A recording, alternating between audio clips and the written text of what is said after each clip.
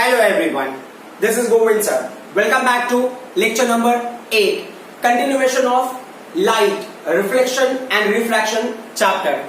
In last class we discussed about the Snell's law, जहां पे हमने refractive index को angle of incidence and angle of refraction से relate किया था. So I'll continue that point, means उस point से मैं continue करता हूं, so that we can form a proper link. आज का जो हमारा कॉन्सेप्ट है वो मुझे लास्ट क्लास में बताना चाहिए था, but I wanted to give a proper time to understand that concept. कोई कंफ्यूजन नहीं होना चाहिए, इसके लिए मैंने उसको लास्ट क्लास में कवर नहीं किया. सो विल सी कि जो हमारा पहला टास्क है फर्स्ट, कि अगर हमने स्नेल्स लॉ की बात की है तो what do we understand in this case. तो स्नेल्स लॉ के केस में अगर आपने इमेजिन किया है, so if you are imagining a medium, आपको एक मीडियम इमेजिन करते हो like this is the medium, ठीक है. अब हमारा क्राइटेरिया ये है कि इस मीडियम का ना रिफ्रैक्टिव इंडेक्स होगा. अच्छा, उस रिफ्रैक्टिव इंडेक्स को हम ना एब्सोल्यूट रिफ्रैक्टिव इंडेक्स बोलेंगे. जब ना उस मीडियम का अलोन रिफ्रैक्टिव इंडेक्स होगा ना, खुद का अकेले का विदाउट एनी रेफरेंस, आप उसको एब्सोल्यूट रिफ्रैक्टिव इंडेक्स लोगे. तो अब जैसे ना ये मीडियम है, इस मीडियम का जो एब्सोल्यूट रिफ्रैक्टिव इंडेक्स है उसको आप रिप्रेजेंट कर रहे हो एन सबस्क्रिप्ट एम से रिप्रेजेंट कर रहे हो. या अगर मान लो ना कुछ और रेफरेंस में नहीं ले रहे हो, तो अगर आपने डायरेक्टली एन भी लिखा है ना तो भी चल जाता है. वैसे रिफ्रैक्टिव इंडेक्स ऑफ मीडियम होगा, आप इसको एन से रिप्रेजेंट कर सकते हो, ठीक है. अब यहाँ पे स्नेल्स लॉ का क्या कहना है कि आपने यहाँ पे एक नॉर्मल ड्रॉ कर देते हो. नॉर्मल जहां पे भी इंटरसेक्ट कर रहा है, मतलब ये इंटरफेस, मतलब ये जो आपने मीडियम लिया है ये क्या होगा, ये होगा एयर हो गया. और फॉर एग्जाम्पल इस मीडियम को आप ग्लास कंसिडर कर लो कि ये ग्लास हो गया, करेक्ट. सो ये जो हो गया एयर और ग्लास को जो सेपरेट कर रहा है, जो पर्टिकुलर पार्ट, उसको हम बोलेंगे इंटरफेस. ये हो गया आपका interface. So interface will separate two medium. Interface will separate two medium. वो air और glass को separate करेगा. तो this surface will separate air and glass. ठीक है.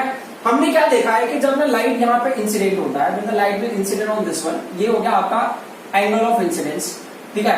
तो लाइट को ना एक्चुअल में ट्रेवल करना चाहिए स्ट्रेट लाइन में, जैसा हमारा अदम चला, because light travels in a straight line.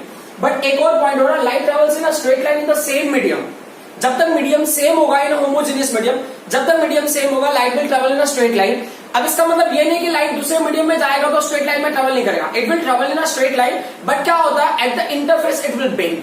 Interface पे लाइट क्या होता है, बेंड होता है. अब लाइट क्यों बेंड होगा, किधर बेंड होगा, वो पॉइंट हमारे लिए इंपॉर्टेंट है. तो ये हो गया हमारा रिफ्रैक्टेड रे, करेक्ट. तो अब जो है ना नॉर्मल के साथ में जो एंगल बनेगा उसको हम बोलते हैं angle of refraction. I hope कि ये चीज आपको दिख रही होगी, angle of incident, angle of refraction. अब इसका ना रिफ्रैक्टिव इंडेक्स से ना बहुत स्पेसिफिक रिलेशन है. मान लो आपने जनरल टर्म में एन लिया है, मतलब ये क्या होता है कि मीडियम का रिफ्रैक्टिव इंडेक्स अगर आपको पता है with respect to air, I am telling, अगर विद रिस्पेक्ट टू एयर अगर फाइंड आउट करो, आपको मीडियम का रिफ्रैक्टिव इंडेक्स पता है, तो आप डायरेक्टली लिख सकते हो कि refractive index is what, sine i upon sine r. आप डायरेक्टली एन उसी कंडीशन में लोगे जब ना लाइट एयर से उस मीडियम पे इंसिडेंट हो रहा होगा. इसका मतलब लाइट इज इंसिडेंटिंग और light is travelling from air to that particular medium. तो ये उस पर्टिकुलर मीडियम का एब्सोल्यूट रिफ्रैक्टिव इंडेक्स की वैल्यू है. बट अगर मैं इसको इस रेस्पेक्ट में लेने की कोशिश करता हूं तो then what will be the criteria. तो अगर मैंने यहाँ पे रिफ्रैक्टिव इंडेक्स, ये रिफ्रैक्टिव इंडेक्स कब मिल रहा है, जब लाइट ना एयर से कहां ट्रेवल कर रहा है, ये ग्लास में जा रहा है. तो उसके हिसाब से ये हो गया रिफ्रैक्टिव इंडेक्स ऑफ ग्लास, मतलब refractive glass with respect to air, means light ना ग्लास में जा रही है फ्रॉम एयर. इसको अगर हम रीड करते हैं तो हाउ डू वी रीड, इसको हम पढ़ेंगे रिफ्रैक्टिव इंडेक्स ऑफ ग्लास, मतलब लाइट जिस मीडियम में जा रही होगी, refractive index of glass, refractive index of glass with respect to क्या हो गया, ये एयर हो गया, क्लियर. अब इज इक्वल टू ये क्या मिलेगा, आपको मिलेगा यहाँ पे sine i upon sine r, ठीक है. अब ना कुछ चीजें हमने ना लास्ट क्लास में और भी डिस्कस की थी, जैसे क्या करना, मान लो कि यहाँ पे मैंने इमेजिन किया है, ठीक है, ये मीडियम 1 है और ये मीडियम 2 है, और लाइट जो है ना मीडियम 1 से मीडियम 2 में जा रहा है. Light is travelling from medium 1 to medium 2. तो अगर लाइट मीडियम 1 से मीडियम 2 में जा रहा है तो मैं रिफ्रैक्टिव इंडेक्स को ले रहा हूं, तो ये refractive index, light is going to medium 2, कौन से मीडियम से 1 से जा रहा है. तो जब मैंने कहा रिफ्रैक्टिव एब्सोल्यूट रिफ्रैक्टिव इंडेक्स का अगर मैं रेशियो लेता हूं तो क्या होगा, किसका रिफ्रैक्टिव इंडेक्स पहले आएगा, ये मीडियम 2 का रिफ्रैक्टिव इंडेक्स आएगा अपॉन मीडियम 1 का रिफ्रैक्टिव इंडेक्स आएगा. ऐसा क्लियर. फिर उसके बाद जो दूसरा पॉइंट होता है वो क्या है कि जब मैं लाइट फर्स्ट मीडियम से सेकंड मीडियम में ट्रैवल करेगा तो स्पीड से अगर आप रिलेट करोगे तो speed of light in medium 1 upon speed of light in medium 2, ठीक है. अब इसके बाद ना एक और पॉइंट होता है, दैट इज व्हाट, अगर वेवलेंथ से भी आपको रिलेट करना है तो इस मीडियम में जो लाइट का वेवलेंथ होगा और इस मीडियम में जो लाइट का वेवलेंथ होगा, मतलब wavelength of light in medium 1 upon wavelength of light in medium 2, ठीक है. ये ना एडिशनल पार्ट है, ये आपके बुक में नहीं है, जस्ट आपके समझने के हिसाब से. सेकंड एक और पॉइंट आप ऐड कर सकते हो, वो ये होता है कि distance travel by light in medium 1 upon distance travel by light in medium 2। तो आप एक चीज नोटिस करो कि जब लाइट ना फर्स्ट मीडियम से सेकंड मीडियम में जाएगा, फर्स्ट मीडियम से सेकंड मीडियम में जाएगा, तो everything will be first medium upon second medium, मतलब speed of light in first medium upon second medium, wavelength of light in first medium upon wavelength of light in second medium, then distance travel by light in first medium upon distance of distance travel by light in second medium. ये सारी चीजें ना first medium to second medium होगा, but जो refractive index होगा वो क्या होगा, second medium to first medium होगा। Is that clear? और ये पॉइंट आपको क्लियर होना चाहिए, होगा refractive index of medium 2 with respect to medium 1। तो अब क्या करना है, इस पर्टिकुलर पॉइंट को हम थोड़ा सा और एम्फसाइज करते हैं। तो उस बेसिस पे अगर आप यहां पे आते हो तो ये क्या हो गया, ये हो गया रिफ्रैक्टिव इंडेक्स ऑफ ग्लास होगा ना, मतलब मीडियम 2 का रिफ्रैक्टिव इंडेक्स अपॉन क्या होगा, refractive absolute refractive index of medium 1। ठीक है, तो ये क्या हो गया, sine i upon sine r होगा। थोड़ा सा हम प्रैक्टिकल वे से समझने की कोशिश कर रहे हैं। ठीक है, क्योंकि ना जब मैं एग्जांपल लूंगा ना उस टाइम पे हमें समझने में डिफिकल्टी नहीं होना चाहिए, है ना, तो इसलिए मैं ऐसी कोई वैल्यूज ले रहा हूं जिसको हम इजीली समझ सके। अब ये क्या कह रहे हैं कि अगर इनको आप अरेंज करते हो तो व्हाट विल यू गेट, आपको मिलेगा रिफ्रैक्टिव इंडेक्स इन एयर ना, refractive index in air into sine of angle of incidence, ठीक है, इज इक्वल टू ये क्या हो गया, ये होगा refractive index of glass, absolute refractive index of glass into sine of angle of refraction. अब ये फॉर्मूला हमारे लिए बहुत इंपॉर्टेंट है, ये हमको ना हेल्प करेगा इन अंडरस्टैंडिंग कि लाइट कहां पे बेंड होगा। देखो अभी जो ना मैं मेथड यूज कर रहा हूं ये एब्सोल्यूट मेथड तो नहीं होगा या वेरी ट्रू मेथड तो नहीं होगा, एक हिसाब से फॉल्स मेथड की तरह ही काम करेगा, but it will help you in understanding the concept. क्यों? क्योंकि ना लाइट कहां पे बेंड होगा उस पार्ट को अगर आपको अंडरस्टैंड करना है तो आपको यह समझना बहुत जरूरी है कि light is electromagnetic wave, light में इलेक्ट्रिक फील्ड होता है, मैग्नेटिक फील्ड होता है, और जो इलेक्ट्रिक फील्ड होता है ना मीडियम चेंज होने की वजह से इलेक्ट्रिक फील्ड का स्ट्रेंथ चेंज होता है। लाइक ना जब तक लाइट एयर में है तो वहां पे एक टर्म होता है जिसको बोलते हैं परमिटिविटी, वहां पे परमिटिविटी की वैल्यू अलग होती है, जब ये यहां पे आएगा परमिटिविटी की वैल्यू अलग होगी, तो परमिटिविटी की वैल्यू चेंज होने की वजह से इलेक्ट्रिक फील्ड का वैल्यू चेंज होगा, इलेक्ट्रिक फील्ड की वैल्यू चेंज होगी तो उसकी वजह से ना काफी सारे फैक्टर जो होते हैं लाइट के वो चेंज होते हैं। समझ में आ रहा है? तो मैं उतने डिटेल में नहीं जाऊंगा, just I am giving this information for those people जिन्होंने एडवांस में स्टडी कर लिया होगा। और दूसरा एक हाइजीन प्रिंसिपल है, उसके हिसाब से भी चीजों में थोड़ा सा वेरिएशन होता है, बट हमको उस लेवल पे समझना है विच वी हैव अंडरस्टूड, है ना, हम उन टर्म्स में नहीं जाएंगे जो टर्म्स हमने कभी लर्न नहीं किया। Got it? तो अब यहाँ पे क्या हो गया कि ये पर्टिकुलर पॉइंट तो हमको समझ में आ गया, है ना। अब इन्हीं पॉइंट्स को हम यूज करेंगे। तो पहला जो सबसे इंपॉर्टेंट पॉइंट है क्या हो गया कि ये बोल रहे हैं कि लाइट ट्रेवल्स फ्रॉम, है ना, light travels from rarer medium to denser medium, light travels from rarer medium to denser medium, ये बहुत ही इंपॉर्टेंट पॉइंट है, from rarer medium to denser medium। ठीक है, अब rarer medium, rarer to denser medium अभी हम कैसे डिफाइन करते हैं, on the basis of refractive index. ठीक है, अब देखो क्या होता है कि ये जो है ना ये अप्लीकेबल है, जो रिफ्रैक्टिव इंडेक्स है वो अप्लीकेबल है ट्रांसपेरेंट मटेरियल को। तो अब यहाँ पे कुछ मटेरियल्स है जिनके रिफ्रैक्टिव इंडेक्स में मेंशन कर देता हूं जो हमको शायद बाद में हेल्प करे। जैसे अगर मैं एयर का रिफ्रैक्टिव इंडेक्स लेता हूं तो मैंने क्या लिखा यहाँ पे, ये एन रिफ्रैक्टिव इंडेक्स है, उसके सब्सक्रिप्ट में ना वो मटेरियल का नाम लिख देता हूं। तो रिफ्रैक्टिव इंडेक्स ऑफ एयर जो होता है ये 1.0003 होता है, जिसको हम एज अ 1 ही ट्रीट करते हैं। ठीक है, अगर आपको लेना है तो आप refractive index of kerosene consider कर लो। तो जो केरोसिन का रिफ्रैक्टिव इंडेक्स होता है वो होता है 1.44 होता है। ठीक है, अब अगर मान लो आप रिफ्रैक्टिव इंडेक्स ना टर्पेंटाइन का ले लेते हैं, refractive index of turpentine, so turpentine का अगर आप रिफ्रैक्टिव इंडेक्स ले लेते हो तो ये इसका रिफ्रैक्टिव इंडेक्स होता है 1.47। ठीक है, अब अगर आप रिफ्रैक्टिव इंडेक्स ना ग्लास का ले लेते हो, क्योंकि हमने ग्लास वहां एग्जाम्पल में लिया हुआ है, इसके लिए मैं ग्लास का रिफ्रैक्टिव इंडेक्स समझने बहुत जरूरी है, 1.52 होता है। ठीक है, वैसे ही मैं कुछ टर्म्स और मेंशन कर देता हूं। रिफ्रैक्टिव इंडेक्स अगर आप वाटर का लेते हो तो वाटर का रिफ्रैक्टिव इंडेक्स होता है 1.33। अब वैसे ही रिफ्रैक्टिव इंडेक्स ऑफ डायमंड का भी ले लेते हैं हम लोग, तो डायमंड का रिफ्रैक्टिव इंडेक्स होता है 2.42। ठीक है, अब ना इन चीजों का क्या मतलब होता है उस पर हम फोकस करेंगे। सबसे इंपॉर्टेंट पॉइंट कि ये जो रिफ्रैक्टिव इंडेक्स है ना ये हर मटेरियल का तो फिक्स है, करेक्ट। अब ना उनका रिलेटिव रिफ्रैक्टिव इंडेक्स भी होता है कि जैसे जब ना अगर ये A2 ग्लास में जा रहा है तो क्राइटेरिया अलग होगा, अगर ना वो वाटर टू ग्लास में जा रहा है तो क्राइटेरिया अलग होगा। हम उन चीजों में भी फोकस करेंगे। आपको ये देखना वैल्यूज को देखो, आप वैल्यूज जैसे ना 2.42 ये बहुत ज्यादा है, 1.33 उससे कम है, या 1.44 ऐसे करके आप अगर कंपेयर करना है तो आप कंपैरिजन में देख सकते हो सबसे लोवेस्ट ये है, फिर उसके बाद हम 1.33 को लिखेंगे रेंज में, फिर 1.44 को लिखेंगे, फिर 1.47 को, 1.52 को एंड 2.42 को. So if I have to write down refractive index in increasing order, तो आप देख सकते हो पहले मैं एयर को लूंगा, second I will take for the water, third I will take for the kerosene, and the fourth one I'll take the turpentine, fifth one I'll take for the glass, and the sixth one I'll take for the diamond. ठीक है. अच्छा ये glass है, मतलब ये crown glass basically लेते हैं. Glass का हम 1.5 लेंगे मोस्टली, अगर आप देखोगे तो यू विल रियलाइज कि आपको बुक में क्राउन ग्लास करके मेंशन किया होगा. That's not a problem.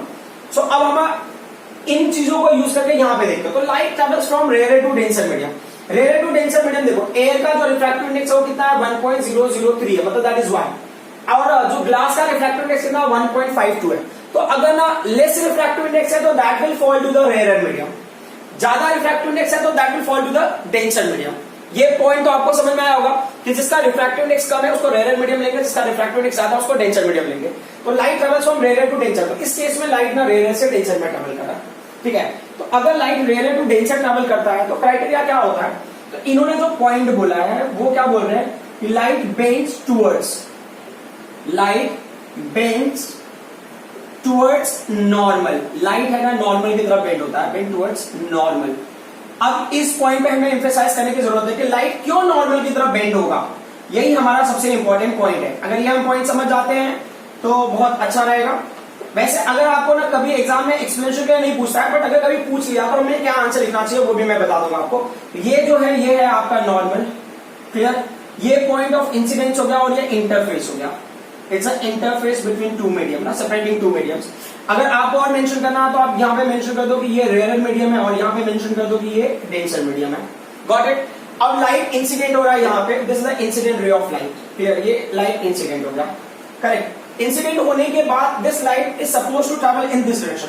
Suppose to travel, देखो ये मैं डॉटेड लाइन अभी बना रहा हूं, ये बाद में हम रब कर देंगे, बट ना लाइन उस पे नहीं जाएगा बिकॉज मीडियम चेंज हो गया. क्योंकि यहाँ पे रिफ्रैक्टिव इंडेक्स अलग है, यहाँ पे रिफ्रैक्टिव इंडेक्स अलग है. तो रिफ्रैक्टिव इंडेक्स चेंज होने की वजह से लाइट को अपना पाथ क्यों चेंज करना उस पॉइंट पे देखते हो. तो जैसे अभी ये जो क्राइटेरिया है किसको फॉलो करा, रेयर टू डेंसर को ही फॉलो करेगा. बराबर. अब मैं क्या समझना चाहता हूं यहाँ पे कि मैंने देखा है कि जो रिफ्रैक्टिव इंडेक्स एयर का है, या बेटर का मैं यहाँ पे लिख लेता हूँ, रिफ्रैक्टिव इंडेक्स जो एयर का है वो हमने 1 लिया है और जो रिफ्रैक्टिव इंडेक्स ग्लास का है उसको हमने 1.52 लिया है. ठीक है. तो one thing is very clear कि रिफ्रैक्टिव इंडेक्स जो ग्लास का है वो ग्रेटर है compare to refractive index of air.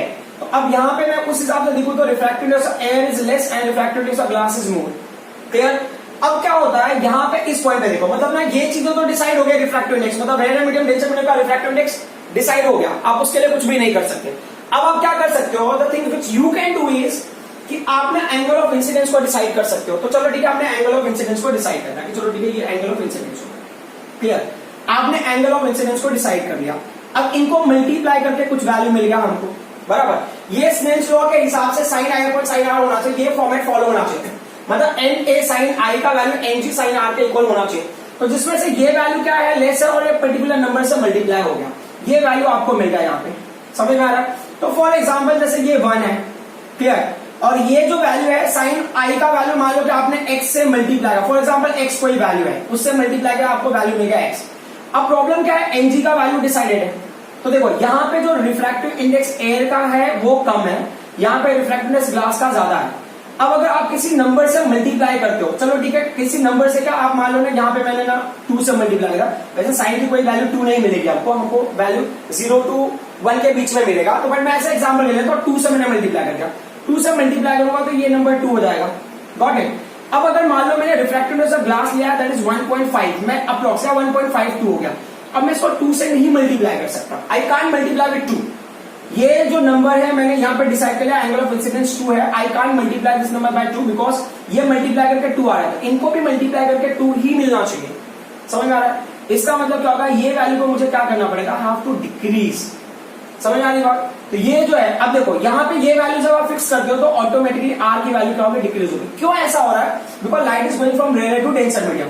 तो आपको पॉइंट क्या समझना है कि जब लाइट ना रेयर मीडियम से डेंसर मीडियम में जाएगा for a particular angle of incidence, जो एंगल ऑफ रिफ्रैक्शन की वैल्यू कम होना ही चाहिए. साइन आर का value, sine r, sine of angle of refraction should be less. अब ना क्वेश्चन में आपके ये होगा कि एंगल ऑफ रिफ्रैक्शन कम होगा या साइन आर कम होगा. उस पॉइंट पे भी मैं थोड़ा सा आ जाता हूं. ये पॉइंट को फिर से मैं देखो एक बार रिपीट कर देता हूं so that you can understand कि what is happening. Refractive index air का ऑलरेडी लो है, रिफ्रैक्टिव इंडेक्स ऑफ ग्लास का ऑलरेडी हाई है, ठीक है। यहाँ पे आपने एंगल ऑफ इंसिडेंस दिया है, तो ये जो भी वैल्यू मल्टीप्लाई करके मिलेगा इसके इक्विवेलेंट अगर आपको यहाँ वैल्यू चाहिए तो this value has to decrease, क्योंकि सेम वैल्यू लोगे तो भी ये वैल्यू क्या होगा, ग्रेटर होगा। एनजी ग्रेटर है ना, एनजी से refractive index of glass is greater. अगर सेम साइन आई का वैल्यू आप यहाँ पे लेते हो तो भी ये वैल्यू क्या होगा, ग्रेटर होगा ये साइन का वैल्यू। इस वैल्यू को डिक्रीज करना है, साइन आर की वैल्यू डिक्रीज करनी है।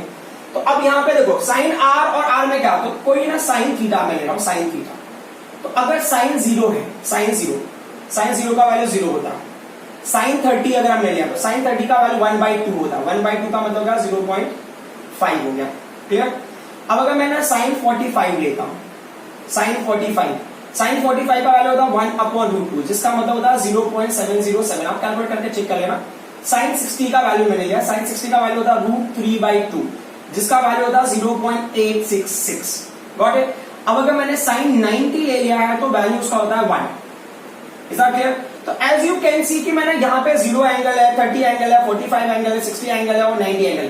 तो एंगल जैसे जैसे बढ़ेगा आपका जो साइन का वैल्यू है वो भी बढ़ेगा ना, 0 से 0.5, देन 0.7, देन 0.8 एंड देन 1।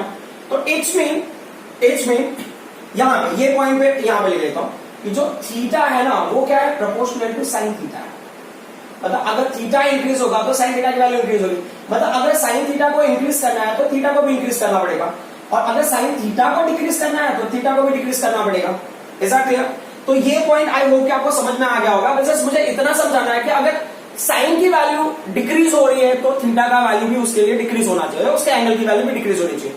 अगर साइन का वैल्यू इंक्रीज हो रहा है फॉर अ पर्टिकुलर एंगल तो उस एंगल की वैल्यू भी क्या होनी चाहिए, इंक्रीज होनी चाहिए।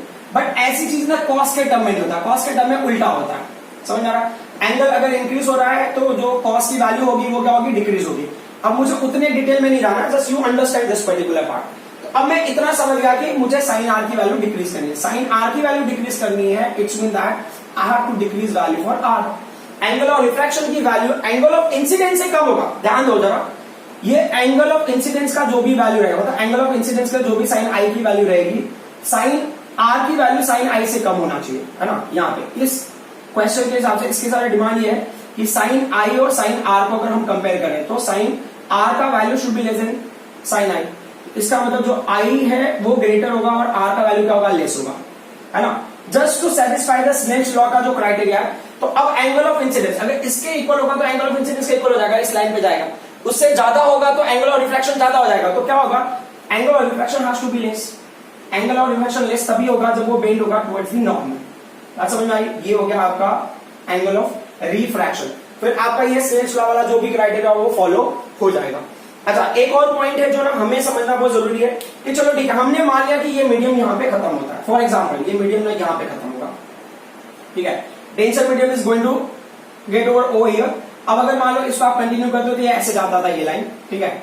सो अब होता ये है कि ना जब ना लाइट ना ऐसे मीडियम में चला जाता है ना, तो ये पॉइंट के लिए थोड़ा सा ये देख लो जरा। हम ना स्पीड वाले पार्ट पे आ जाते हैं, स्पीड वाले पार्ट पे। तो इसके लिए ना मैं ये पार्ट को रब कर देता हूँ, इनको अभी इनकी रिक्वायरमेंट नहीं है आई थिंक, है ना। सो अगर हम ना इसको स्पीड से रिलेट कर रहे हैं, we are trying to relate with the speed, तो स्पीड के साथ में रिलेट करो। तो जैसा अभी मैंने ले लिया वहां पे कि हमने मेंशन किया कि n2 का जो वैल्यू है उसको मैं अगर एब्सोल्यूट रिफ्रैक्टिव इंडेक्स के टर्म में लिखता हूं तो मैं लिखूंगा n2/n1। But if I am writing in terms of speed of light in particular medium तो v1/v2। इसका मतलब क्या होता है, ये रिफ्रैक्टिव इंडेक्स ऑफ लाइट, ये है रिफ्रैक्टिव इंडेक्स ऑफ मीडियम 2 और ये speed of light in medium 2, ठीक है। ये क्या है, रिफ्रैक्टिव इंडेक्स ऑफ मीडियम 1 और ये speed of light in medium 1। तो जो ना मीडियम 2 का information refractive index of numerator में और मीडियम 2 का जो स्पीड का इंफॉर्मेशन और डिनोमिनेटर में है, इसका मतलब क्या हो गया कि जो रिफ्रैक्टिव इंडेक्स है it is inversely proportional to the speed of light. समझ में आ रही बात? सो अब इसका मतलब कि अगर मैंने यहाँ पे कंपेयर किया कि ना speed of refractive index of light, refractive index of air and refractive index of glass, so absolute refractive index of air is less than the absolute refractive index of glass, जहां पे हमने किया हुआ है। तो अगर आप स्पीड से रिलेट कर रहे हो, इनवर्सली प्रोपोर्शनल है, तो speed of light in air and speed of light आपने ग्लास ले लिया है, तो क्या होगा, स्पीड ऑफ लाइट एयर में ज्यादा होगा, ग्लास में क्या होगा, कम हो गया। ग्लास में क्यों कम हो गया, क्योंकि रिफ्रैक्टिव इंडेक्स का हो गया, इंक्रीज हो गया। तो जब ना लाइट रेयर मीडियम से डेंसर मीडियम में जाएगा तो रिफ्रैक्टिव इंडेक्स रेयर मीडियम का कम होता है, डेंसर मीडियम का ज्यादा होता है। तो when the light goes to the denser medium, उसका स्पीड क्या होता है, डिक्रीज होता है। तो देखो अब ना ये क्या होता है, डिक्रीज इन या आपको ऐसा लेना स्पीड डिक्रीजेस, स्पीड डिक्रीजेस। जब ना स्पीड डिक्रीज होगा ना तो light follows the shortest path, light follows the shorter path, shortest मैं नहीं बोल सकता हूं अभी, शॉर्टर पाथ। समझ में आ रहा है? देखो अब ये पॉइंट को जरा ध्यान देना कि अगर मैंने ना यहां पे इमेजिन किया है ये ऐसे, ये आपका नॉर्मल हो गया, करेक्ट, नॉर्मल के हिसाब से अगर डॉटेड है तो बेटर है, आप समझ जाओगे इजीली। हाँ ये इंसिडेंट हो गया, आपने एंगल ऑफ इंसिडेंस को फिक्स कर दिया। अगर मान लो कि मेरा अभी रे ऑफ लाइट वो suppose to go like this, but क्या होगा, अभी लाइट ना ऐसे बेंड हो गया, ठीक है, ये है रिफ्रैक्टिव इंडेक्स 1 है, ठीक है, मान लो रिफ्रैक्टिव इंडेक्स वाले 1 है, सेकंड मीडियम के लिए रिफ्रैक्टिव इंडेक्स वाले 1 है। अब मैंने क्या किया ना कि मैंने नया मीडियम सिस्टम में लिया है जिसकी वैल्यू है n2, जो ना n1 से ग्रेटर है। तो जब अगर ये मीडियम पहले वाले मीडियम से ग्रेटर होगा, मैं सिर्फ सेकंड वाले मीडियम को चेंज कर रहा हूं, फर्स्ट मीडियम सेम है, may be first medium is air, second medium ना वाटर था, उसको मैंने ग्लास में कन्वर्ट कर दिया, तो वाटर और ग्लास का कंपेयर करो, तो वाटर का रिफ्रैक्टिव इंडेक्स 1.33 है और ग्लास का कितना है, 1.52 है। मैंने वाटर को रिप्लेस करके ग्लास रख दिया, मतलब लाइट पहले एयर से वाटर में जा रहा था, अब एयर से ग्लास में जा रहा है, ऐसा इमेजिन करो। तो जैसे रिफ्रैक्टिव इंडेक्स बढ़ गया, रिफ्रैक्टिव इंडेक्स के बढ़ने की वजह से क्या होगा, when the refractive index will increase speed will decrease, speed और भी कम हो गया, स्पीड जब और कम हो जाएगा तो light will follow this path, light और भी बेंड हो जाती है, ये हो गया n2। मान लो कि और भी अगर आपने रिफ्रैक्टिव इंडेक्स इंक्रीज कर दिया तो वो तरीके से, समझ आ रहा है? अब ये क्या कह रहे हैं कि इस पर्टिकुलर पॉइंट में जैसे आप रिफ्रैक्टिव इंडेक्स को इंक्रीज करते हो light will bend towards the normal, क्यों, क्योंकि ना light follows the shorter path, मतलब लाइट यहां पे जाना चाहता है, बट अगर स्पीड कम होगा, स्पीड क्यों कम होगा, क्योंकि रिफ्रैक्टिव इंडेक्स इंक्रीज होगा, रिफ्रैक्टिव इंडेक्स इंक्रीज होगा, स्पीड कम होगा, जब स्पीड कम होगा तो लाइट ना शॉर्टर पाथ को फॉलो करता है। समझ में आ रहा है? हो सकता है जैसे कि ना फॉर एग्जांपल समझने के हिसाब से, अब ये बहुत ज्यादा लिंक करना मुश्किल होगा इस जगह पे, मान लो आप किसी पाथ पे जा रहे हो, ठीक है, and then you are finding कि ना आपकी स्पीड बहुत स्लो है, तो you will try to find out the shortcut, क्योंकि आपको टाइम पे पहुंचना है, आपको जल्दी पहुंचना है, समथिंग लाइक दैट, तो आप ना शॉर्टकट फाइंड आउट करते हो। कुछ वैसा कंडीशन यहाँ पे लाइट के साथ में होता होगा कि जब लाइट ऐसे जा रहा है, इस फाइंडिंग की ना रिफ्रैक्टिव इंडेक्स ज्यादा है और इस पाथ से जाएगा तो इट्स अ लॉन्गर पाथ, ठीक है, बहुत ज्यादा टाइम लगेगा, तो वो उसी टाइम में मैनेज करना चाहता है कि ताकि मीडियम से बाहर निकल जाए। तो क्या होता है कि ये लाइट ना फिर शॉर्टर पाथ को लेता है, और रिफ्रैक्टिव इंडेक्स ज्यादा होगा तो और भी शॉर्टर पाथ लेगा, और रिफ्रैक्टिव ज्यादा होगा, पाथ के कंपेयर में ये जो मैंने दो पाथ ड्रॉ किए हैं वो क्या हो गया, शॉर्टर हो गया ना, मीडियम से बाहर निकलने के लिए। Is that clear? I hope कि ये पॉइंट सभी को समझ में आ रहा होगा।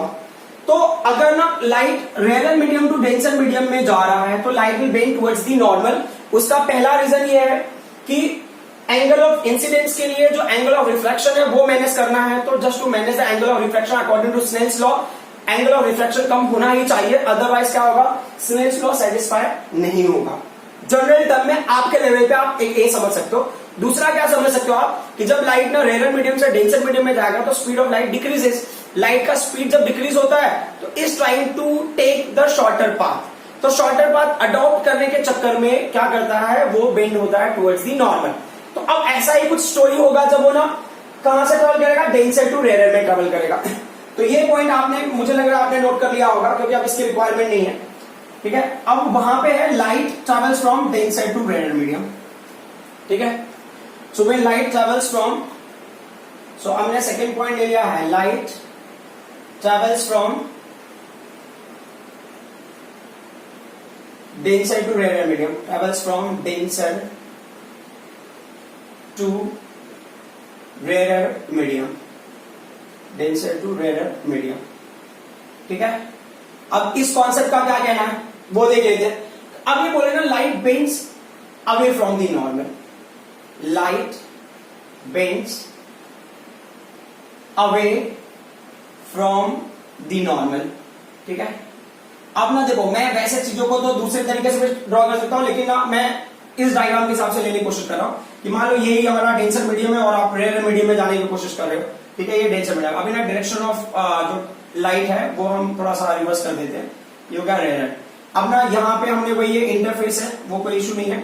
अब ये इंसिडेंट रे ऑफ लाइट है, क्लियर, ये इंसिडेंट रे ऑफ लाइट है। अब इंसिडेंट रे ऑफ लाइट ना सेकंड मीडियम में अगर इंसिडेंट रे ऑफ लाइट है। अब क्या होता है, actually light was supposed to travel in this direction, light को ऐसे जाना चाहिए था, बट क्या होता है, light is not going in that direction. अब लाइट को क्या ऑप्शन है वो चीजों को देखते हैं। तो देखो अभी समझने का वापस है सेम कंडीशन स्टोरी। अब ये क्या कह रहे हैं कि यहाँ पे फॉर्मूले में ट्विस्ट आ गया। ट्विस्ट क्या आ गया, अगर मैं स्नेल्स लॉ के हिसाब से देखूं तो लाइट कहां से कहां ट्रेवल कर रहा है, स्नेल्स लॉ के हिसाब से light is travelling from denser medium to rare medium. अच्छा चलो ये एन हो गया, लाइट ना रेयर मीडियम में जा रहा है, कौन से मीडियम से, डेंसर मीडियम में।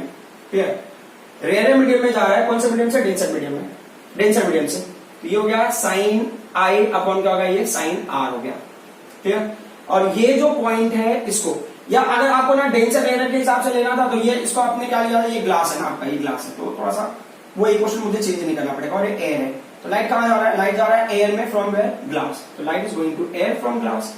इस पॉइंट को अगर मुझे लिखना तो मैं लिख सकता हूं कि refractive index of light in air upon refractive index of light in glass. जिस मीडियम में जा रहा होगा लाइट वो अपॉन जिस मीडियम से जा रहा होगा, सेकंड मीडियम, मतलब second medium upon first medium. ये फर्स्ट मीडियम है, अब ये सेकंड मीडियम है, ऐसा देख लो आप। तो अब एनजी मल्टीप्लाई होगा साइन के साथ में, तो ये एनजी मल्टीप्लाई होगा साइन आई के साथ में, तो ये एनजी साइन आई हो गया और ये क्या होगा, एन ए साइन आर हो गया। ठीक है, अब इन पॉइंट्स को एक बार फिर से हम फोकस कर लेते हैं। तो इन पे क्यों मैं इंफेसाइज कर रहा हूं, ताकि आपको समझ में आए कि लाइट ना क्यों अवे एंड टुवर्ड्स बेंड हो रही है।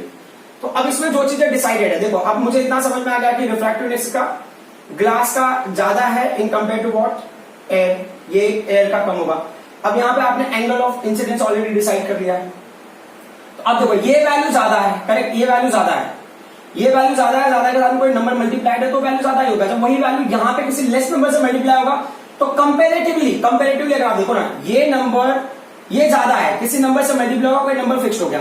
अब जिस नंबर से मल्टीप्लाई हुआ है वो नंबर यहां पे मल्टीप्लाई होगा ये लोअर वैल्यू से, तो वो वैल्यू जब इससे मल्टीप्लाई होगा तो ओवरऑल वैल्यू जब आप कंपेयर करोगे तो ये लेस ही रहेगा ना। बट उनको इक्वल करना है तो we have to increase sine r का वैल्यू। यहाँ पे साइन आर की वैल्यू हमको क्या करना है, इंक्रीज करना है। तो जैसा हमने समझा साइन आर की वैल्यू इंक्रीज करेगा मतलब आर की वैल्यू को भी इंक्रीज करना है। तो एंगल ऑफ रिफ्लेक्शन कब इंक्रीज होगा, तो अगर मान लो ये एंगल ऑफ इंसिडेंस, तो ये भी एंगल ऑफ इंसिडेंस होगा अगर इसी लाइन पे जाएगा, तो it has to bend away from the normal, it has to bend away from the normal. तो ये हो गया रिफ्रैक्टेड रे और ये हो गया एंगल ऑफ रिफ्रैक्शन। अब वापस से क्या होता है, जब लाइट डेंसर मीडियम से रेयर मीडियम में जाएगा तो रिफ्रैक्टिव इंडेक्स डिक्रीज होता है। रिफ्रैक्टिव इंडेक्स डिक्रीज हो गया तो स्पीड का इनवर्सली प्रोपोर्शनल होता है, तो speed of light will increase. जब स्पीड ऑफ लाइट इंक्रीज होगा ना तो शॉर्टकट पाथ नहीं लेगा, है ना, then it will try to take the longer path. मतलब अब देखो समझो कि ऐसे समझ लो ना, यहाँ पे ये मीडियम ओवर हो रहा है तो ये शॉर्टेस्ट पाथ है, जब यहाँ पे जाएगा तो will try to take the longest path. मतलब स्पीड ज्यादा होता है तो मस्ती भी ज्यादा आ जाती है, कुछ उस तरह का। मतलब जब ना स्पीड ऑफ लाइट मतलब कम था तब ना मस्ती कम थी, वो trying to take the shorter path. लेकिन जैसे ही ना स्पीड ऑफ लाइट बढ़ जाता है मस्ती बढ़ जाती है, स्पीड क्या करना चाहता है, लॉन्गर पाथ को सिलेक्ट करना चाहता है। सो आई होप जो भी पार्ट अब तक मैंने समझाया है आपको समझ में आएगा। अब हम न्यूमेरिकल सॉल्व करेंगे based on refractive index. Now we'll solve numerical based on refractive index. So before doing anything, just जो पार्ट हमने पहले किया है उस चीज को थोड़ा सा रिवाइज कर लेता हूँ। तो light is travelling from medium 1 to medium 2, उसके लिए क्वेश्चन कैसे बनेगा, तो ये होता है refractive index of light in medium, मतलब कौन से मीडियम में लाइट जा रहा है, लाइट जा रहा है सेकंड मीडियम में, कौन से मीडियम से, फर्स्ट मीडियम में, क्योंकि refractive index of medium 2 with respect to medium 1 equal to, जब आप उसको एब्सोल्यूट रिफ्रैक्टिव इंडेक्स के टर्म में लिखोगे तो क्या लिखोगे, ये होगा refractive index of medium 2 upon refractive index of medium 1 is equal to, ये क्या होगा, sine of angle of incidence upon sine of angle of refraction. अभी आपको ना किसी को ऐसा क्वेश्चन होगा कि why for what reason light is not refracting, तो मैंने वो शो नहीं किया, जैसे I am trying to tell you कि what is the direction of light, मतलब लाइट कौन से मीडियम से कौन से मीडियम में जा रहा है। बट अगर इन्हीं चीजों को मैंने रिलेट किया स्पीड ऑफ लाइट से, तो speed of light in medium 1 upon speed of light in medium 2 equal to, मतलब जिस मीडियम में पहले होगा उसका स्पीड पहले आएगा, और वेवलेंथ के टर्म में होगा lambda 1 upon lambda 2। As I said ना, वेवलेंथ की जो वैल्यूज है ना वो आपको दिया हुआ नहीं रहेगा, 10th में तो नहीं पूछा है, ठीक है। एक और होता है ना, फ्रीक्वेंसी होता है, फ्रीक्वेंसी, तो जो फ्रीक्वेंसी ना फर्स्ट मीडियम में होगा वही फ्रीक्वेंसी होगा सेकंड मीडियम में, तो ये क्या होता है, डजंट चेंज, ये एडिशनल इंफॉर्मेशन के हिसाब से, ठीक है, डजंट चेंज, ठीक है। सो अब ये क्यों चेंज वगैरह नहीं होता है, उन चीजों पे हमें ज्यादा फोकस करने की जरूरत नहीं है। एक्चुअल में अगर बताना तो मैं ऐसा बता देता हूं कि ये ना सोर्स के ऊपर डिपेंड करता है, जब तक ना मेन सोर्स ऑफ लाइट को आप चेंज नहीं करते हो तो फ्रीक्वेंसी चेंज नहीं होता है ना। मतलब कि अगर आप ना टॉर्च को ग्लो करते हो या लेजर लाइट को ग्लो करते हो, वो लाइट अगर ट्रेवल कर रहा है तो एयर में है और फिर वो वाटर में अगर जाता है तो मतलब उसका ना बेंडिंग होगा, है ना, तो उसमें सारे पैरामीटर चेंज होगा, उसका स्पीड चेंज होगा, उसका वेवलेंथ चेंज होगा, डिस्टेंस ट्रैवल चेंज होगा, एंगल ऑफ इंसिडेंट, रिफ्रैक्शन, ये सारी चीजें चेंज होगी, बट फ्रीक्वेंसी क्यों नहीं चेंज होगा? क्यों? क्योंकि आपने लेजर लाइट को चेंज नहीं किया। जब आप ना उस लेजर लाइट को किसी दूसरे कलर को आप यूज करोगे तो क्या होगा? फ्रीक्वेंसी चेंज होगी। समझ में आया? मतलब जब आप सोर्स को चेंज करोगे तब फ्रीक्वेंसी चेंज होगी, समझने के हिसाब से। अब इसके हिसाब से क्या है, इन्होंने क्या बोला है कि यहां पे ना आपको निकालना speed of light in air ना, इन्होंने ऑलरेडी बताया है कि ये होता है 3 × 10⁸ मीटर पर सेकेंड। ठीक है, आपको क्या निकालना है? Speed of light in water find out करना है आपको। तो ये ना रिफ्रैक्टिव इंडेक्स एयर का होगा, रिफ्रैक्टिव इंडेक्स ऑफ वाटर का हो गया। Speed of light in water आपको पता, एयर पता है, वाटर का निकालना है। तो अब ना बहुत सिंपल सा टास्क है कि लाइट कहां से कहां ट्रेवल कर रहा है? एयर टू वाटर ट्रेवल कर रहा है। तो लाइट फाइनली कहां जा रहा है? वाटर में जा रहा है। कौन से मीडियम से? एयर से जा रहा है। क्लियर? तो अब इनका इंडिविजुअल इन्होंने दिया हुआ है, अगर मान लो नहीं भी दिया होता तो भी कोई इशू नहीं, क्योंकि कभी कभी क्या होता है एयर का रिफ्रैक्टिव इंडेक्स नहीं दिया होता, सिर्फ ना वाटर का दिया होता है। तो उस पॉइंट को भी हम देख लेंगे। तो अगर मान लो मैंने लिखा ना, यहाँ पे लिखा है NWA लिखा है, मतलब refractive index of water with respect to air, मतलब क्या होगा? Refractive index of water upon refractive index of क्या होगा? एयर होगा। अब मैं रिफ्रैक्टिव इंडेक्स ऑफ वाटर को मैंने वैसे NW को वैसे देता, रिफ्रैक्टिव इंडेक्स ऑफ एयर क्या होगा? 1 होगा। इसका मतलब क्या होगा? Refractive index of water with respect to air is nothing but refractive index of water itself. मतलब ना वाटर का refractive index, absolute refractive index जो एयर के विद रिस्पेक्ट टू होगा वो क्या होगा? सेम होगा। तो मतलब मैं वो अगर ना एयर का नहीं भी दिया होता तो भी मैं यहाँ पे NWA की जगह में NW का वैल्यू भी रखता तो भी चल जाता। समझ में आ रहा है? बट ठीक है, कोई इशू नहीं है, दिया है तो हम उसको रेस्पेक्ट देंगे उसके हिसाब से। तो मैं दोनों तरीके से बता दूंगा, NWA भी हो सकता है या ये वैल्यू NW भी हो सकता है। हाँ, तो कभी किसी को ऑब्जेक्शन होगा तो please see this particular part, मैं इसके बेसिस पे कर रहा हूँ। सिर्फ वाटर का दिया है तो भी मैंने लिख रहा है, एयर का 1 होगा, आप लिख सकते हो, कोई ऐसा इशू नहीं है। या जिनको तकलीफ है उसके लिए मैं ये रब कर देता हूँ, कोई इशू नहीं है। अब यहाँ पे क्या होगा? स्पीड को हम कंपेयर करें तो ये स्पीड ऑफ लाइट पहले कौन से मीडियम में था? एयर में था। अब लाइट कहां जा रहा है? वाटर में जा रहा है। करेक्ट। इस पॉइंट को मैं थोड़ा सा और आगे एक्सटेंड करूंगा एब्सोल्यूट रिफ्रैक्टिव इंडेक्स के टर्म में। तो क्या? Refractive index of light in water and refractive index of light in air is equal to क्या होगा? ये हो गया speed of light in air upon speed of light in water. ठीक है, तो रिफ्रैक्टिव इंडेक्स ऑफ वाटर का क्या है? उसकी वैल्यू है हमारे पास 1.33 है। ठीक है, और रिफ्रैक्टिव इंडेक्स ऑफ एयर क्या है? ये 1 है। तो speed of light in air क्या होगा? 3 × 10⁸ है, और ये होगा speed of light in water. ठीक है, अब इसको मैं एक्सप्लेन करता हूँ। Speed of light in water क्या हो जाएगा? ये होगा, देखो ये जब इधर जाएगा ना 1.3 तो ये 1/1.33 होगा। मैं ऐसा क्यों ले रहा हूँ थोड़ी देर में समझ जाओगे। 10⁸ समझने के हिसाब से देखो तो ये क्या है? ये speed of light in air है, बराबर। तो कभी कभी ऐसा होता है क्वेश्चन में, I will show you one question में ना आपको रिफ्रैक्टिव इंडेक्स दिया 1.33। क्वेश्चन में पूछेगा what do you mean by this term कि रिफ्रैक्टिव इंडेक्स 1.33 है। तो इसका मतलब क्या होता है कि अगर किसी मीडियम का रिफ्रैक्टिव इंडेक्स 1.33 है, इसका मतलब उस मीडियम में जो लाइट का स्पीड होगा वो क्या होगा? 1/1.33 times the speed of light. समझ में आ रहा है? मान लो कि ना ग्लास का रिफ्रैक्टिव इंडेक्स है 1.52 क्राउन ग्लास का, तो refractive index of crown glass, अच्छा ये ग्लास ले लो, क्राउन ग्लास तो आप कंफ्यूज हो गए, सी विद रिस्पेक्ट टू जी। तो ये refractive index of crown glass, तो ये refractive index of crown glass का 1.52 है। इसका मतलब क्या होगा कि जो स्पीड ऑफ लाइट होगा ना क्राउन ग्लास के अंदर, क्या होगा? 1/1.52 times the speed of light in air. Got it? अगर आपको एक कैंसिलेशन करना है, आपको फाइंड आउट करना है, तो बहुत सिंपल सा टास्क है। अच्छा 1.33 किसकी वैल्यू होती है? 4/3 की वैल्यू होती है। आपको चेक करना है तो यू कैन डू दैट। ये होगा 1/4/3 इंटू क्या होगा? 3 × 10⁸। जिसना कैलकुलेशन थोड़ा इजी हो जाएगा, 3 विल कम अप, 3 जैसे ऊपर है तो ये बात 3 × 10⁸ हो गया, अपॉन क्या होगा? ये 4 हो गया, 3 3 9 इंटू क्या होगा? 10⁸ डिवाइड बाय 4, कैंसिलेशन करेंगे तो 4 2 8, देन 1 लेफ्ट, दिस 2 and 5, सो ये क्या हो जाएगा? 2.25 × 10⁸ मीटर पर second. So speed of light water में कितना होगा? 2.25 × 10⁸ मीटर पर सेकेंड। आई होप ये बात आपको समझ में आ रही होगी। ठीक है, अब हम आ जाते हैं नेक्स्ट पॉइंट पे, जो ना क्वेश्चन इन्होंने बुक के अंदर दिया हुआ है उसके हिसाब से हम देख लेते हैं। अब जैसे क्वेश्चन मैंने दिया है, क्वेश्चन सेम टू सेम है, बट क्या थोड़े से पैरामीटर्स चेंज हो जाएंगे, बाकी फर्क नहीं पड़ेगा। सो क्वेश्चन में इन्होंने क्या दिया? ये आपके टेक्स्ट बुक का क्वेश्चन है। Question is light enters from air to glass. Light ना एयर से ग्लास में एंटर कर रहा है। ठीक है, मतलब एयर से light is going to glass.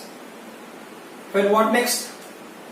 Having refractive index 1.5, मतलब हैविंग रिफ्रैक्टिव इंडेक्स 1.5 मतलब ना ग्लास का रिफ्रैक्टिव इंडेक्स इन्होंने बताया कि 1.5 है, ठीक है, कोई इशू नहीं।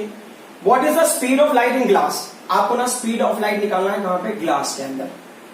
फिर आगे क्या जाएगा, the speed of light in vacuum, vacuum और एयर अगर आप कंसिडर करो तो वैक्यूम मैं एयर ही ले लेता हूं, ठीक है, क्या है 3 × 10⁸ मीटर पर second. Speed of light in vacuum और speed of light in air हम ना सेम ही लेंगे, थोड़ा फर्क होता है, मतलब ना 1.003 वो एयर के अंदर है तो वैक्यूम के अंदर ना that is very close to 0, थोड़ा फर्क होता है, but we are taking approx value, जब आप न्यूमेरिकल करोगे आप अप्रॉक्स वैल्यू ही लोगे, मतलब दैट इज 1, ठीक है। अब इसके हिसाब से क्या हो गया कि हमको निकालना है speed of light in glass निकालना, तो देखो ये वाला पॉइंट आप समझ गए होंगे, किसी भी मटेरियल का अगर आप ना रिफ्रैक्टिव इंडेक्स निकाल रहे हो, एब्सोल्यूट रिफ्रैक्टिव इंडेक्स, तो वो refractive index with respect to air भी हो सकता है, ठीक है, बराबर ना, जो हमने यहां पे किया था कि अगर मुझे वाटर का चाहिए तो can be with respect to air, मतलब वाटर का refractive index with respect to air. So अगर इस हिसाब से लाइट कहां से कहां ट्रेवल कर रहा है, light is travelling to glass from air, you got speed of light in air upon speed of light in glass. तो ये वैल्यू को अगर सिंप्लीफाई करना है तो ये, अच्छा ये मैंने म्यू ले लिया हूं, जैसा एज आई सेड कि ना ये एक्चुअल में 12 में नोटेशन यूज करते रहते हैं, तो सॉरी फॉर दैट, ये NG हो गया और ये NGA हो गया, करेक्ट। तो ये हो गया रिफ्रैक्टिव इंडेक्स, ये refractive index of light in glass, मतलब refractive index of glass upon refractive index of air, because speed of light in air upon speed of light in glass. अब क्या हो गया, यहां पे आपको क्या करना है, speed of light in glass निकालना है, तो ये होगा speed of light in glass, ये होगा speed of light in air into ये वैल्यू होगा speed refractive index in air upon refractive index in glass. तो speed of light in air का 3 × 10⁸ है, एयर का तो 1 है, जैसे ऐसे ही लिख दिया हमने, 1.5 है, कैंसिल ऑफ वैल्यू कितना होगा 2 × 10⁸ मीटर पर सेकेंड। सो अब एक क्वेश्चन है, ये वापस से एनसीईआरटी का एक क्वेश्चन है, अनसॉल्व वाले पार्ट का एक क्वेश्चन है। क्वेश्चन में क्या पूछा, refractive index of diamond is 2.42, diamond का रिफ्रैक्टिव इंडेक्स 2.42 है। अब क्वेश्चन में बोल रहे हैं कि what is the meaning of this statement, इस स्टेटमेंट का मतलब क्या होता है कि अगर ना मैंने यहां पे देखो ये पर्टिकुलर पार्ट में सॉल्व कर देता हूं मैं, रिफ्रैक्टिव इंडेक्स ऑफ डायमंड है 2.42, इसका मतलब क्या होता है, इसका मतलब होता है स्पीड ऑफ लाइट जो होगा इन डायमंड वो क्या होगा 1/2.42 times the speed of light in air और इन वैक्यूम। देखो मैं ना बार बार एयर यूज कर रहा हूं क्योंकि हम ज्यादातर ना एयर वाले ही क्वेश्चंस करेंगे, अगर आप वैक्यूम वर्ड भी यूज करते हो तो भी कोई फर्क नहीं पड़ता, it will remain same. So I hope जितनी चीजें मैंने अभी तक आपको बताई है आपको समझ में आया होगा। इसमें ना कुछ और क्वेश्चन है एनसीईआरटी के। सो एक क्वेश्चन ऐसा है कि a ray of light travelling in air enters obliquely into water, does the light ray bend towards the normal और away from the normal, why?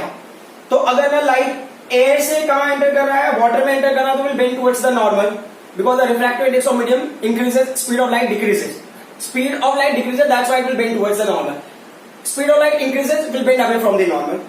अभी एक और क्वेश्चन है, find out from table the medium having highest optical density and also the medium having lowest optical density। तो highest है diamond 2.42, वो table है आपके बुक के अंदर, उसमें से देख के बताना है, कोई इशू नहीं, डायमंड ही आपके बुक में मैक्सिमम वैल्यू दिया है इन्होंने, तो मैं 2.42, और उसके बाद जो लोवेस्ट वैल्यू वो एयर है, अगर आपको और मेंशन करना तो वैक्यूम भी मेंशन कर सकते हो, बट उस लिस्ट में एयर ही मिनिमम है, दैट इज 1.003।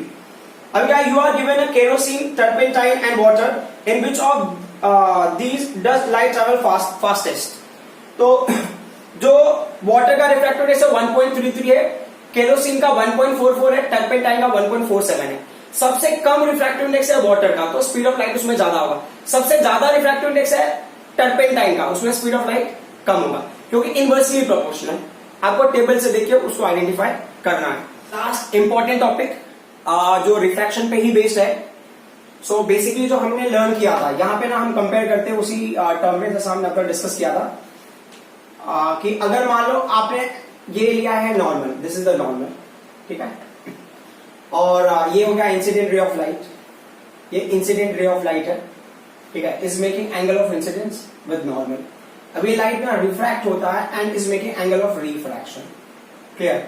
तो अब इस रूल के हिसाब से इफ आई एम गोइंग, तो light is going from medium 1 to medium 2, आप ऐसे इमेजिन करते हो, करेक्ट। तो अब अगर इस पॉइंट के हिसाब से होगा, light is actually going to medium 2 with respect to medium 1, clear. और ये हो जाएगा sine of angle of incidence upon sine of angle of refraction. ये जो पर्टिकुलर पेयर है ना ये कांस्टेंट होगा, this pair will be what, constant. ठीक है, तो अगर ये कांस्टेंट है तो मैं उस बेसिस पे ऐसा बोल सकता हूं कि sine i is what, constant into sine are.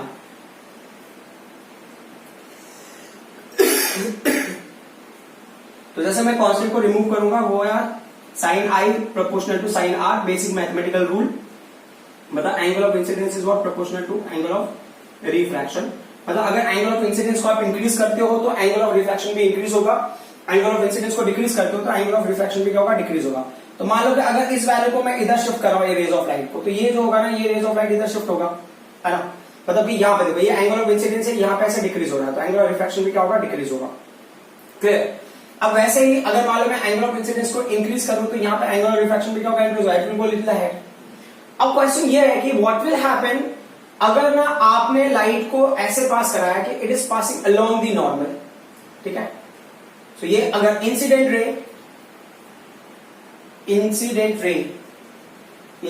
रे passes along the normal। ठीक है, सो अगर नॉर्मल पे से पास हो रहा है तो क्या होगा ना, उस केस में ना नो रिफ्रैक्शन, कोई रिफ्रैक्शन नहीं होगा। ठीक है, नो रिफ्रैक्शन। क्लियर। लाइट क्या होगा, लाइट विल ट्रांसमिट। देखो रिफ्रैक्शन और ट्रांसमिट में फर्क है। लाइट विल ट्रांसमिट होता है ना, वन मीडियम से दूसरे मीडियम में जा रहा है, फर्स्ट मीडियम से सेकंड मीडियम में जा रहा है, तो वो ट्रांसमिशन हो गया। बट में लाइट बेंड हो गया, वो रिफ्रैक्शन हो गया। समझ आ रहा है। तो इस केस में अगर ये इंसिडेंट होगा, दिस इज द इंसिडेंट रे, अगर ये इंसिडेंट रे है तो यहां से जो लाइट पास होगी वो भी होगा अलोंग द नॉर्मल, और उसको हम बोलेंगे ट्रांसमिटेड रे। ठीक है, वो ट्रांसमिटेड रे हो गया। Is that clear. तो अब ना इस केस में जो एंगल ऑफ इंसिडेंस की वैल्यू है, एंगल ऑफ इंसिडेंस क्या होता है, एंगल बिटवीन द इंसिडेंट रे एंड नॉर्मल। तो इसमें एंगल ऑफ इंसिडेंस का वैल्यू 0 होगा, एंगल ऑफ रिफ्रैक्शन का वैल्यू भी 0 होगा। समझ आ रहा है। अब ना अगर ये उल्टा होता, अगर लाइट ना डेंसर मीडियम से रेयर मीडियम में भी जा रहा होता तो भी हमें कंडीशन वही मिलता। तो कभी भी लाइट ना अलोंग, अगर incident ray passes along the normal तो नो रिफ्रैक्शन, ये फिक्स कंडीशन है। जैसा अभी ना एक और डायग्रामेटिकली मैं बता देता हूं, प्रिज्म का कंडीशन है जो हम बाद में कभी डिस्कस कर लेंगे इसके बारे में। तो जैसा भी ले लो, ये कंडीशन ले लिया आपने, ये बोले नॉर्मल क्या होता है, normal is always perpendicular to the interface और to the surface separating the mediums. तो ये है आपका, ये यहाँ पे एयर हो गया और ये जो हो गया ये हो गया ग्लास। क्लियर। तो ये इंटरफेस है, तो इंटरफेस पर हमने क्या परपेंडिकुलर ड्रॉ करना, तो ये नॉर्मल हो गया। क्लियर। अब ये क्या कह रहे हैं कि अगर मान लो यहाँ पे रे ऑफ लाइट इंसिडेंट हो रहा है तो ये हो गया इंसिडेंट रे। क्लियर।